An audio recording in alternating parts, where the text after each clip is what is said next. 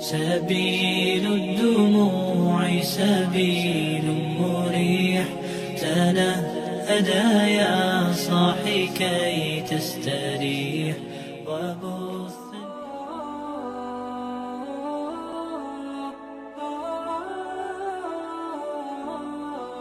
7 hal yang dimakruhkan saat wudhu. Wudhu adalah salah satu hal yang harus dilakukan sebelum melakukan salat.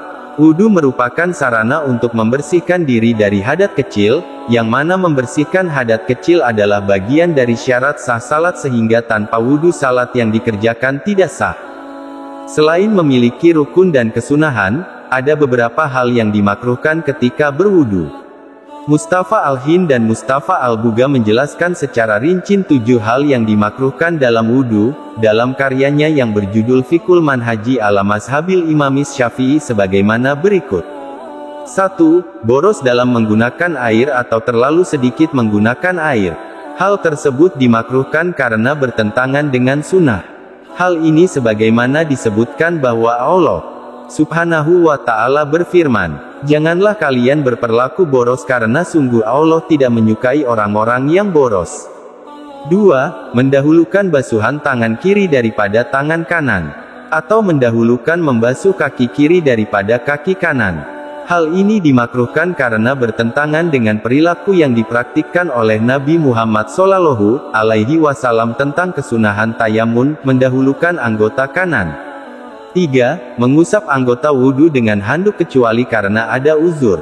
Misalkan karena kedinginan sehingga ketika air wudhu dibiarkan saja mengalir di anggota wudhu akan menjadikan kita menggigil dan sakit. Sebagaimana ketika diberikan handuk, Rasulullah Shallallahu Alaihi Wasallam tidak mau memakainya, hari Muslim. 4. Memukul wajah dengan air. Karena hal tersebut dapat menghilangkan kemuliaan wajah.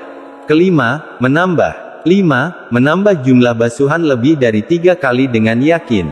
Yakni bukan karena ragu telah membasuh sebanyak 3 kali atau tidak, atau sebaliknya, malah mengurangi dengan yakin. Karena Rasulullah Shallallahu Alaihi Wasallam pernah bersabda setelah berwudu sebanyak 3 kali 3 kali. Karena Rasulullah Shallallahu Alaihi Wasallam pernah bersabda setelah berwudu sebanyak 3 kali. Beginilah cara berwudu, barang siapa yang menambah atau mengurangi jumlah 3 kali setiap basuhan, maka dia telah berbuat buruk dan zalim, hari Abu Dawud. Menguatkan hadits di atas, Imam An-Nawawi dalam Majmu'-nya mengatakan bahwa hadits tersebut sahih. Ia juga mengatakan bahwa siapa yang melanggar hadits tersebut, berarti ia telah melanggar sunnah. Menguatkan hadits di atas, Imam An-Nawawi dalam Majmu'-nya mengatakan bahwa hadits tersebut sahih. Ia juga mengatakan bahwa siapa yang melanggar hadits tersebut, berarti ia telah melanggar sunnah. Makna hadits tersebut bahwa barang siapa yang berkeyakinan bahwa sunnah adalah membasuh atau mengusap lebih dari 3 kali atau lebih sedikit, maka ia telah berbuat buruk dan zalim karena ia telah melanggar sunnah yang telah diajarkan Nabi Muhammad Shallallahu Alaihi Wasallam. 6. Meminta tolong orang lain untuk membasuhkan anggota badan kita tanpa uzur. Misalnya karena sakit dan lain sebagainya, karena hal ini merupakan salah satu bentuk takanur kesombongan, yang dapat menghilangkan kesan peribadatan. 7. Terlalu banyak atau berlebih dalam berkumur atau menyerap air ke dalam hidung bagi orang yang berpuasa. Hal ini ditakutkan air masuk ke dalam rongga tenggorokan dan membatalkan puasanya.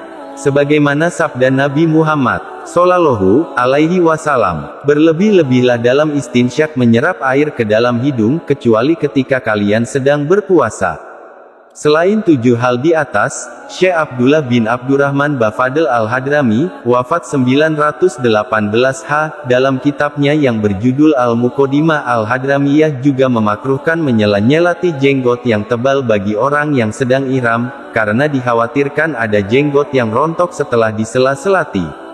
Namun hal ini dibantah oleh Ibnu Hajar Al-Haytami, wafat 974 H, dalam Al-Minhajul Qawim yang merupakan syarah dari kitab Al-Muqaddimah Al-Hadramiyah.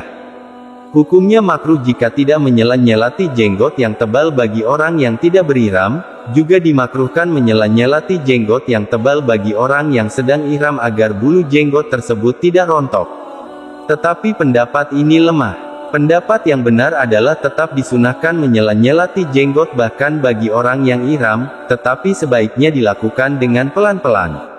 Hal-hal di atas memang merupakan hal yang makruh saja, yakni walaupun dikerjakan tidak membatalkan wudhu kita. Tetapi, akan lebih baik jika hal-hal yang dimakruhkan sebagaimana yang telah disebutkan di atas dijauhi dan dihindari agar wudhu kita mencapai kesempurnaan. Wallahu a'lam.